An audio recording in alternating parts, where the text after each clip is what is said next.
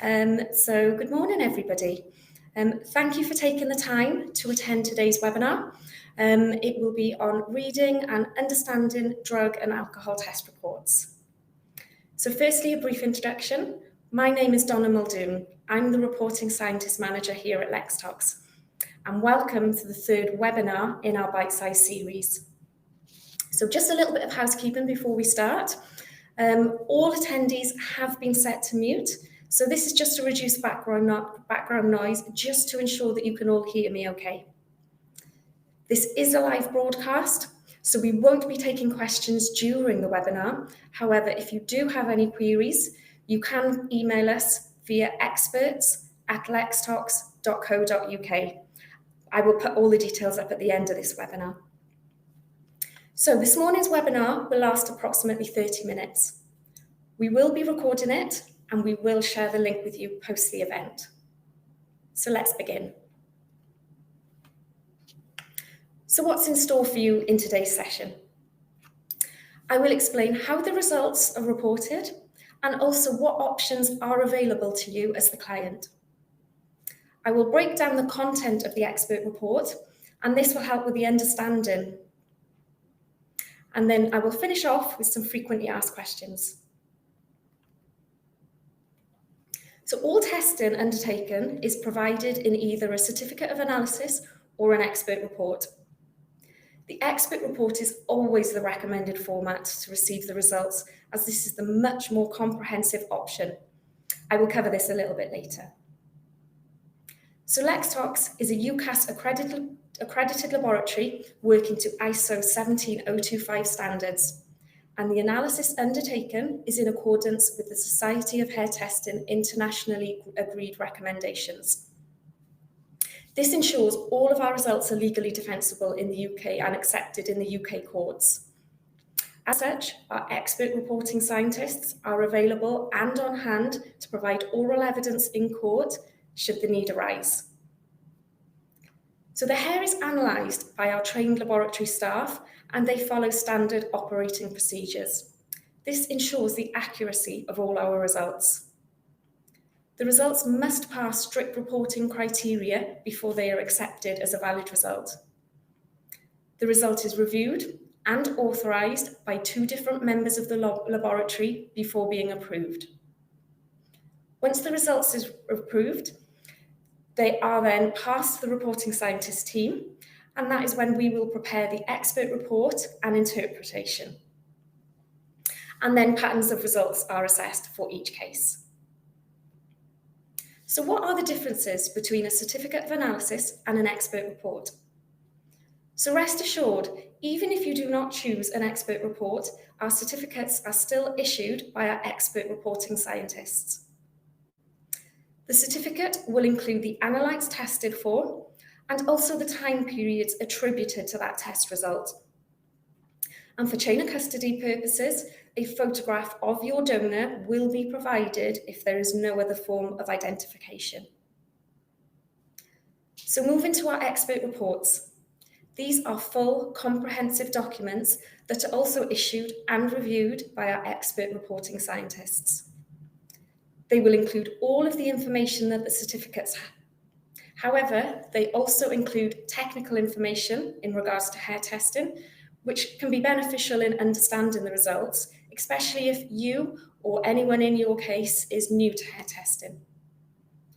They will include the full chain of custody information right from the very start of the process. Our expert reports will also include any case-specific information obtained from the donor.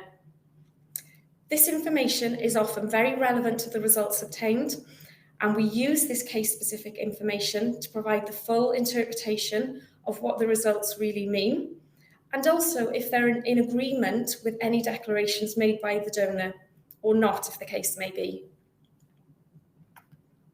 So, to give you some visuals of each format, here we have an example of a certificate of analysis. These are all included within the cost of the analysis because there is no interpretation provided. However, the certificates that we do issue still conform to the UCAS regulations.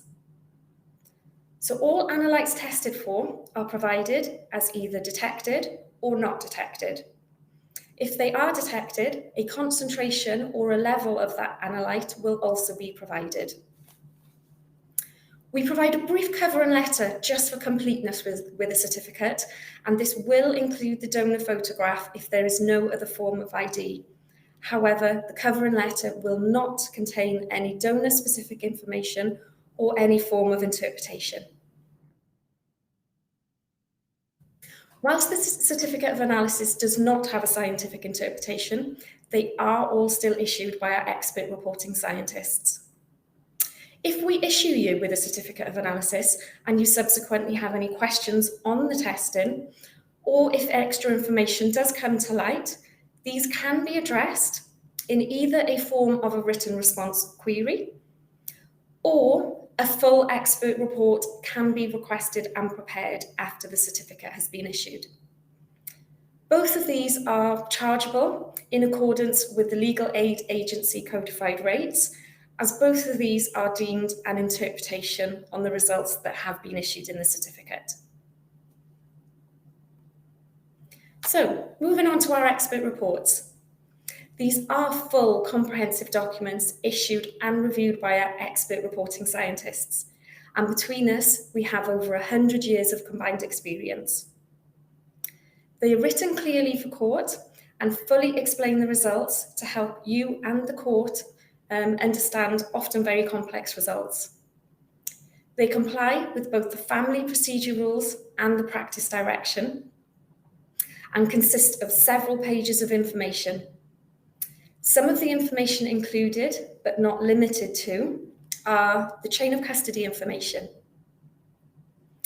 So this will detail information from the collection, from the receipt of items to the laboratory. There is a combined table of results, so all the results are together and easy to visualise. There is case-specific information provided by the donor, and then all of this will then comprise of the full interpretation and the conclusion of the expert report. In addition to all of this, there is always a brief summary of results included at the very beginning of every single report. So whilst the expert reports are very comprehensive documents, they are still within the Legal Aid Agency codified rates, and they are legally defensible, and they comply with the procedure rules, UCAS regulations, and they are accepted in all UK family law courts. After an expert report is issued, if you do have any case-specific queries relating to your case, or if any new information comes to light, then our experts, including myself, are always available to answer these queries. And to complete the service, our team of experts have all undergone court training and can provide oral evidence in your case should the need arise. The team of experts all have input to the content of our expert reports, and we regularly review and improve the information we provide not only to you, the clients, but also to the courts, making sure that we keep up to date in new advances in the field. In addition, we always welcome feedback and are always open to any feedback or suggestions you have on our expert reports. So, moving on to what the results mean, and just a couple of important points to note. At Lextox, we apply a reporting cutoff level. So this will determine if the analyte is detected or not detected. And these will actually vary between drugs and analytes, so they won't always be the same. The Society of Hair Testing recommends cutoff levels for drugs and alcohol markers to determine repeated use, and Lextox apply these where applicable. This is really important as it reduces the likelihood of a positive result being due to exposure. At Lextox, we understand that hair testing isn't always straightforward, as it seems. So our experts, again, are always available to help with any contact or queries that you have arising from any testing undertaken, or if you need help in assessing the best way forward for your case, even before you've got to court. We are always available to help and answer any queries or give any recommendations.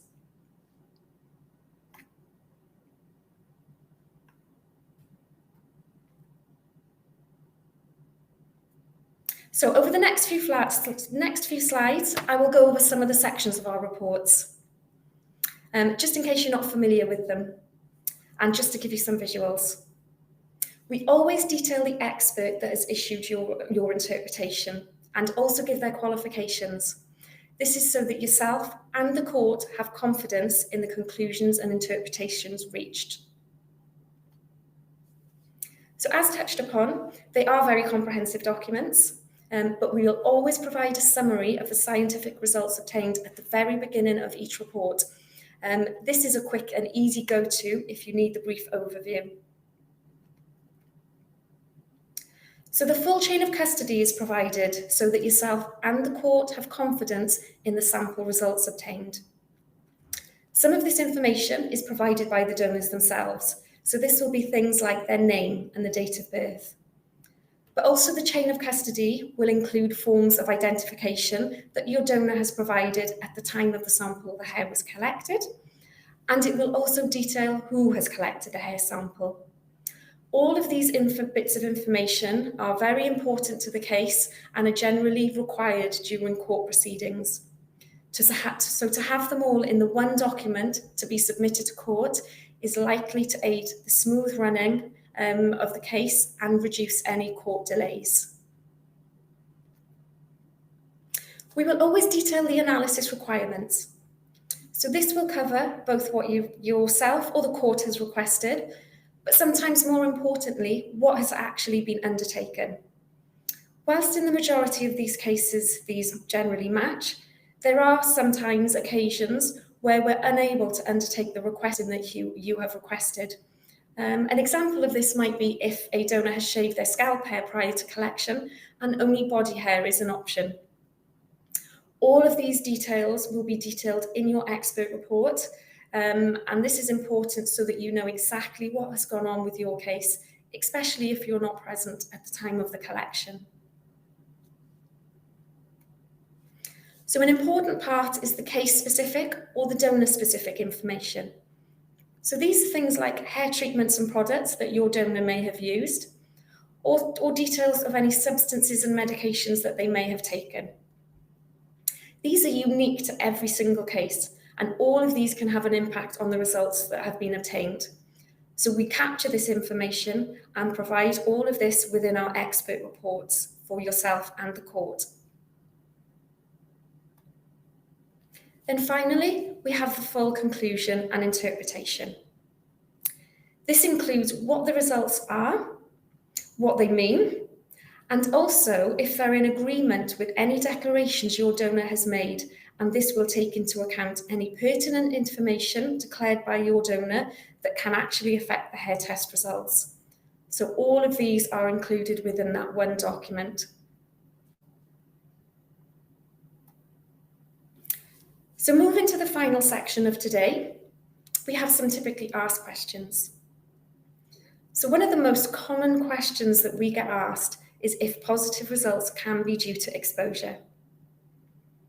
So Lextox have many measures in place to prevent a positive result being reported from exposure. The first is washing of the hair.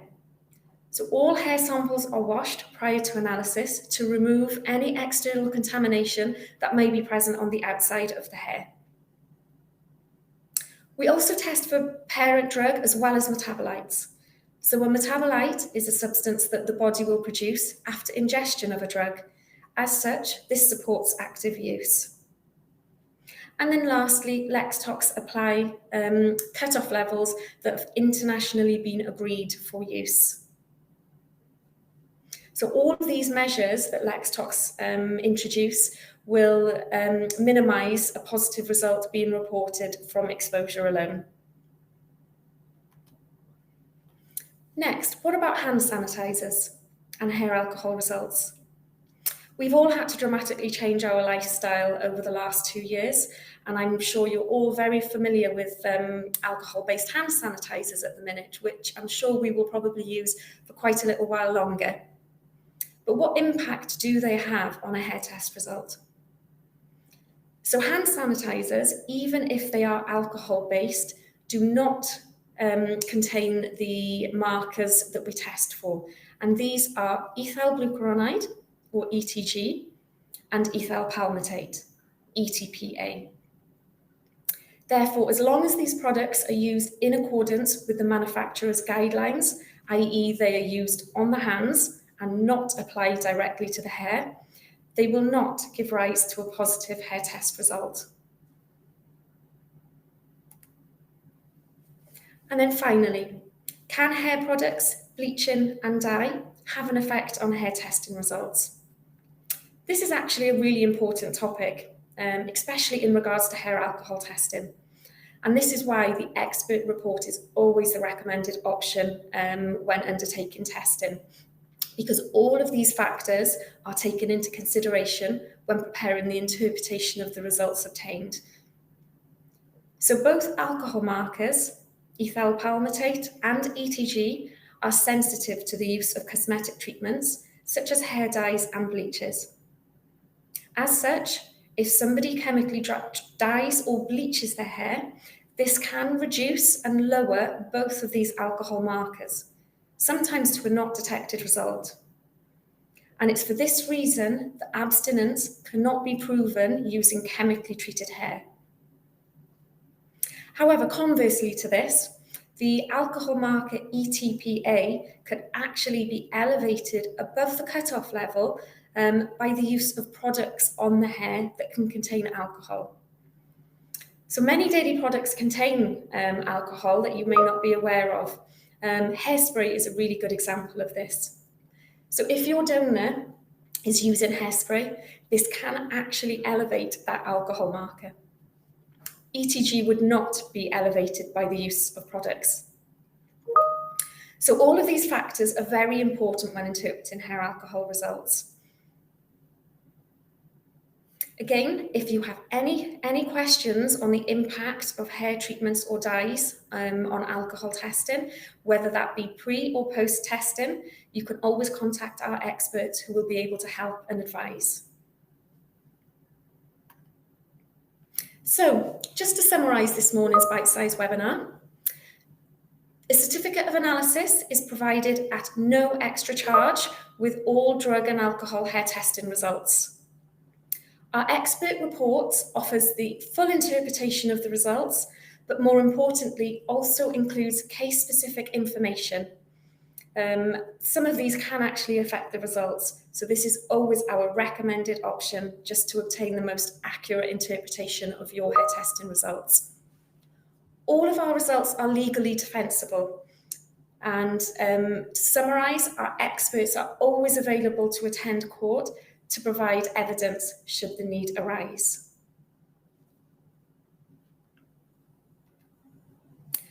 So that concludes today's bite-sized webinar. Thank you again for joining this morning's webinar, and I really hope to see you at the next event, which is quality and ensuring the accuracy of all our results. This will be taking place on Wednesday, the 22nd of June at 10 a.m. So please register your interest for that if you haven't already. And then finally, just the last slide, a couple of ways in which you can keep in touch with any of us here at Lextox. You've got our website, our email, and by phone. And you can also follow us on social media. So that's Twitter, LinkedIn, and YouTube. So once again, I'm Donna Muldoon. If you do need to contact me about anything here at Lextox, pre or post testing, please feel free to pick up the phone and give me a call. And thank you for attending this morning's bite-sized webinar with myself.